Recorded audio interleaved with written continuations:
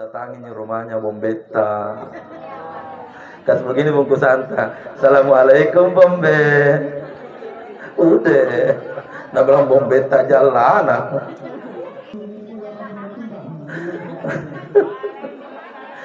Ustaz, saya tidak pernah baku bombe dengan orang jam bombe kak. Maka kita jangan berubah. Kan orang jam bombe kita. Maka jangan kita berubah. Setiap kali bertemu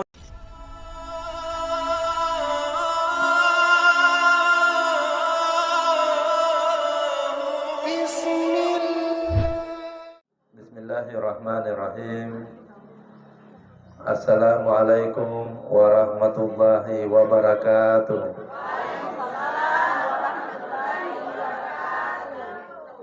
Allah sawangan. Alhamdulillah wa syukrulillah wa la hawla wa la quwata illa billah. Allahumma salli ala Sayyidina Muhammad amma ba'd. Yang saya hormati, yang saya muliakan, hadir di tengah-tengah kita Bapak Camat Kecamatan Mandai. Alhamdulillah. Begitu pula yang saya hormati Sahibul Bait Bapak Lurah Kelurahan Hasanuddin bersama dengan Ibu Ketua Tim Penggerak PKK Kelurahan Hasanuddin. Pak Lurah, siapa di samping tak?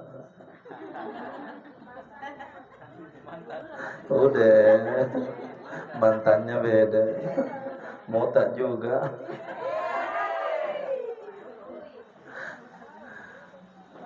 Mohon maaf, Ustaz Ansar tidak bisa menyebut satu persatu. Yang pasti semua yang hadir di tempat ini, insya Allah hamba Allah yang kelak akan menghuni taman-taman surga. Amin. Sebelum ceramah ini dilanjutkan materinya, sehat jadi semua Bu? Sudah jadi beli baju lebaran? Masih ada buras tak? Udah.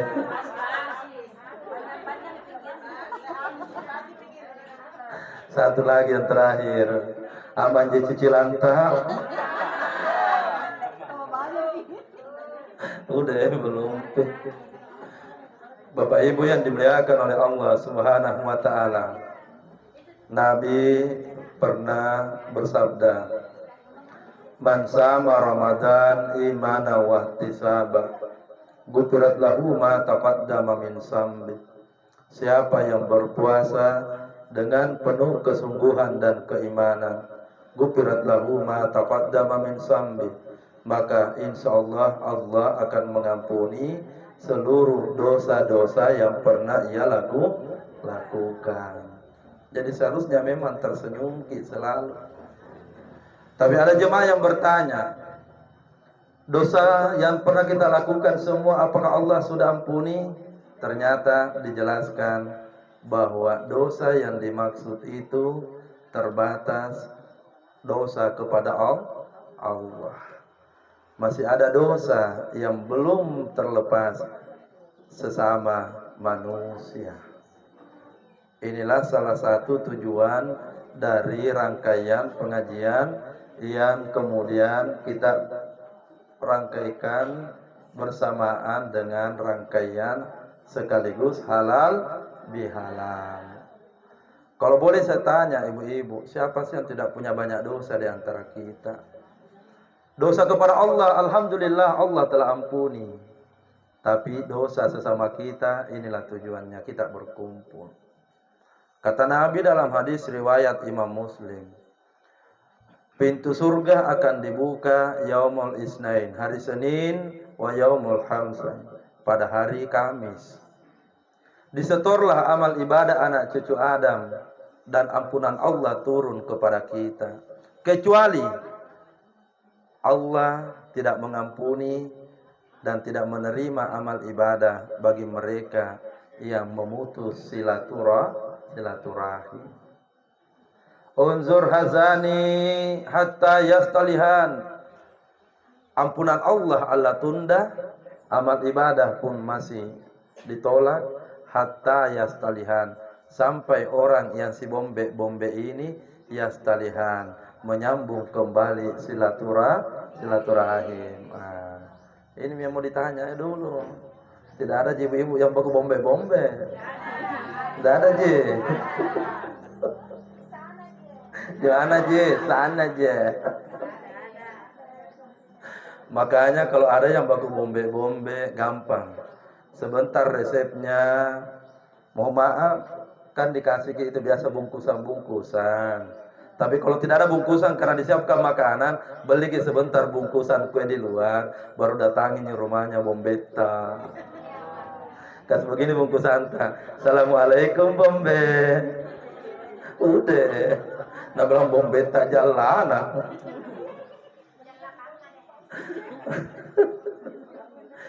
Ustaz, saya tidak pernah baku bombe dengan orang yang bombe kak. Maka kita jangan berubah. Kan orang yang bombe kita. Maka jangan kita berubah.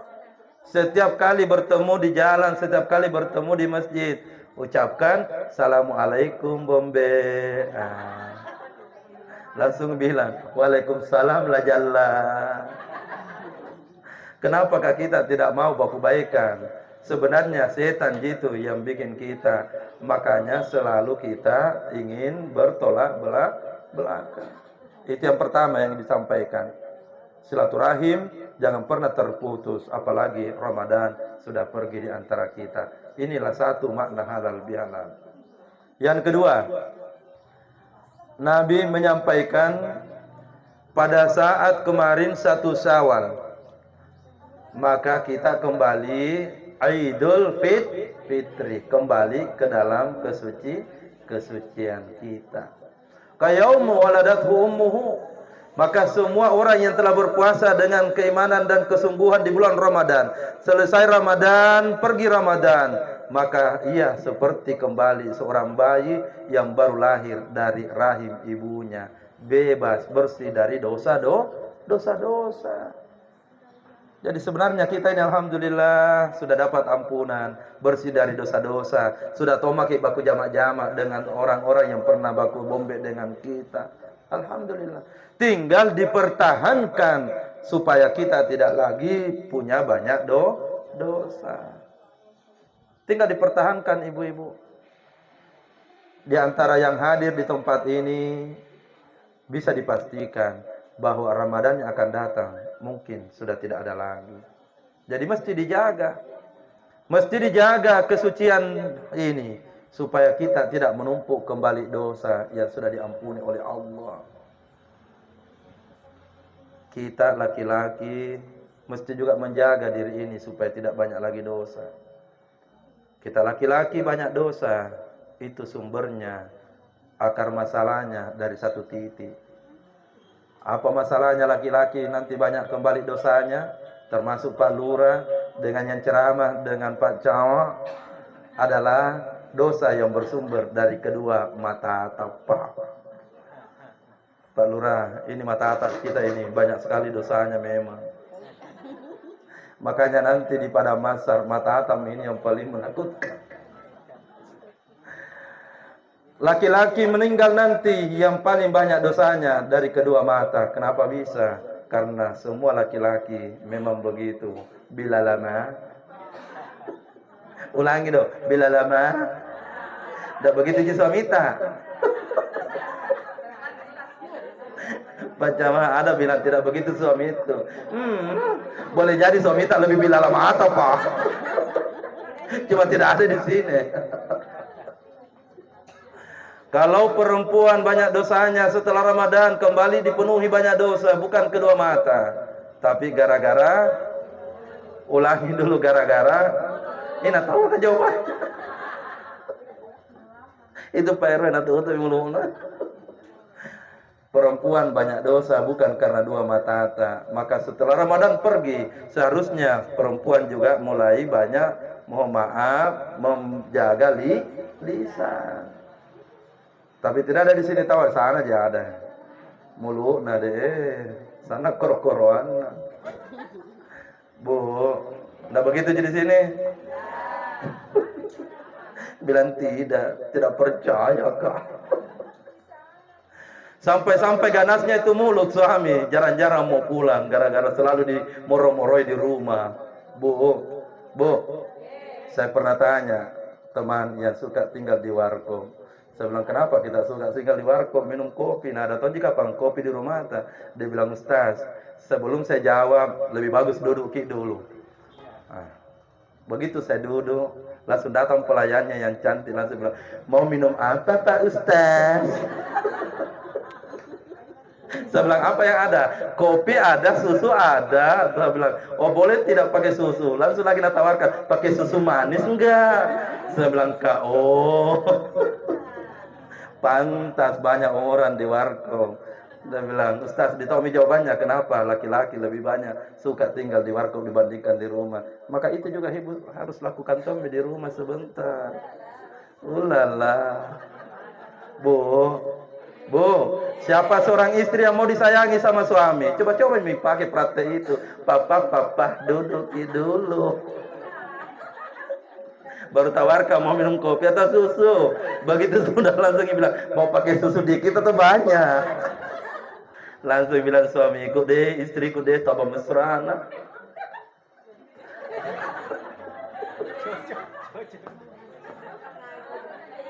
Ibu, lanjut atau stop? Sedikit lagi nih. Jemaah yang dimuliakan oleh Allah Subhanahu wa taala. Kita ini tidak pernah tahu apa yang akan terjadi di antara kita. Maka hikmah yang kedua dari halal bihalal adalah selain kita tadi sudah dengarkan, Allah alhamdulillah telah mengampuni dosa-dosa kita. Tinggal kita dengan sesama manusia saling berhalal bihalal dengan dosa-dosa yang pernah kita lakukan. Lalu yang kedua adalah mari kita jaga diri ini dengan senantiasa menjaga kefitraan bersih dari dosa-dosa itu. Yang ketiga, apa yang ingin disampaikan yang ketiga? Jemaah yang dimuliakan oleh Allah. Hidup ini singkat sebenarnya, Ibu, tidak lama. Ulangi kembali, hidup ini singkat, tidak lama. Apa itu? Ya. Ya, iklan. Apa itu bunyi? HP atau kipas mungkin. Matikan dulu kipas tak? Atau HP tak kasih pindah dulu. Datang jadi? Oke, lanjut biar nih. Lanjut saja. Yang ketiga, hidup ini singkat. Maka jangan pernah ibu-ibu lelah berbuat kebaikan. Karena orang yang selalu berbuat kebaikan, maka yang dapat balasannya adalah orang lain ataukah kita sendiri? Halo ibu, kalau orang selalu berbuat kebaikan, yang dapat orang lain atau diri sendiri? Ternyata jawabannya, kalau kita selalu berbuat kebaikan, bukan orang lain yang dapat, tapi anak-anak itu yang dapat. Ayo, mengingatkan kepada kita. Ada orang yang lupa diri bahwa dianggap hidupnya lama, maka seenaknya saja dia berbuat apa. Padahal sebenarnya orang yang berbuat kebaikan, maka yang akan dapat balasannya itu bukan orang lain, tapi pasti anak-anak tak sendiri. Bu, biasa gitu. Kalau ada orang selalu berbuat kebaikan, diingat itu kebaikannya orang tuanya orang. Atau mati kami kapan dulu? Bisa suaraku ya? Kenapa begitu? Nggak usah pakai mic, bisa. Ya, bagus nih teh. Tes. Ya. Oh berarti tangannya Pak Lurah ditunggu. Ya, cocok kita wah. Saya ulangi. Makanya menjadi pelajaran hidup. Kalau kita tolong orang lain, selalu itu orang ingat kebaikan kita. Tidak ada manusia yang lupa kebaikannya orang lain. Saya boleh tanya tidak? Betul? Maka berbuat baiklah selalu kepada orang lain. Karena apapun yang kita sudah lakukan untuk orang lain, tidak akan pernah orang lain lupa kebaikan kita. Selalu orang akan ingat. Besok ibu meninggal, anak masih ada. Maka orang akan berkata, siapa anak itu? Oh anaknya. Oh sini kena. Tabe nah, ini ada sedikit rezeki nak. Ada mikir jatah nak. Belum kebetulan di kantorku ada lowongan nak. Ayo nak. Kenapa orang ingat? Karena kebaikannya orang tua yang pernah ia lakukan. Tapi coba bedeng, kalau waktu tak hidup, mau maaf, mapan Rasulullah semi mata.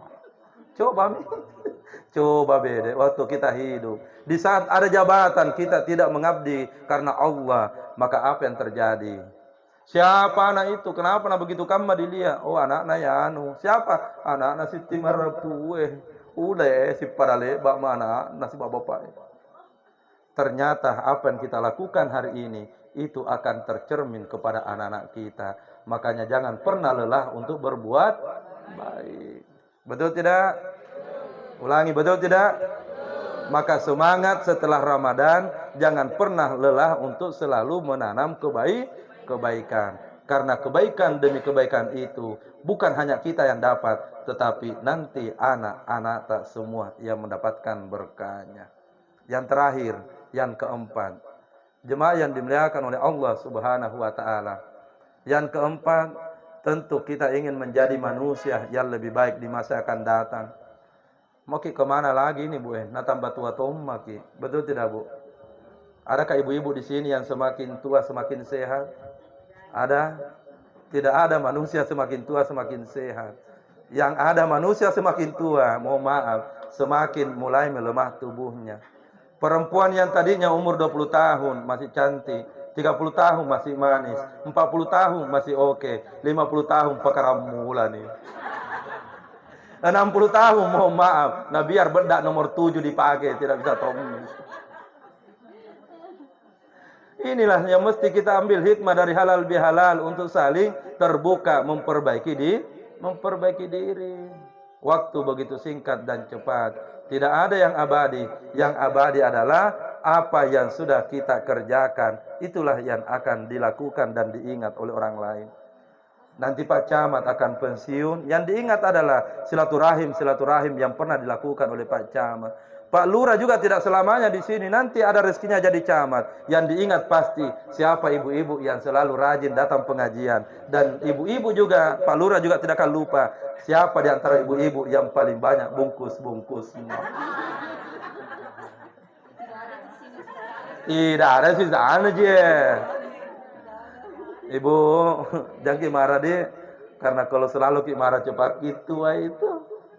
Maka akhirnya Bapak Ibu yang dimuliakan oleh Allah Subhanahu wa taala, satu kata singkat yang mesti kita jawab sebelum pengajian dirangkaikan halal bihalal ini kita akhiri.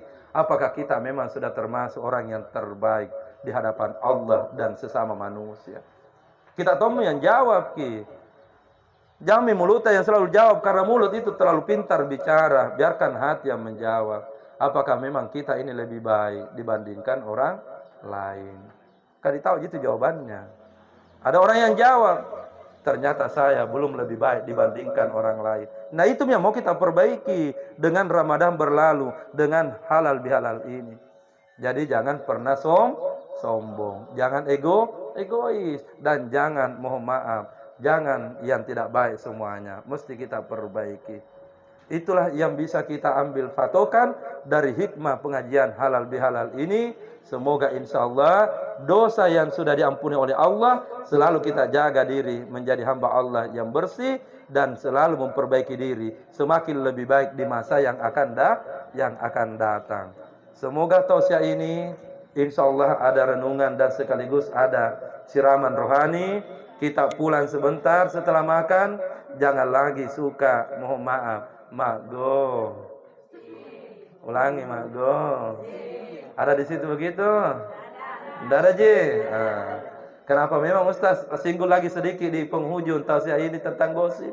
Ya memang penting diingatkan bahwa orang yang suka mak gosip, ulangi, orang yang suka mak gosip, hakikatnya pahala yang sudah kita lakukan itu akan diberikan kepada orang yang sudah kita gosipi.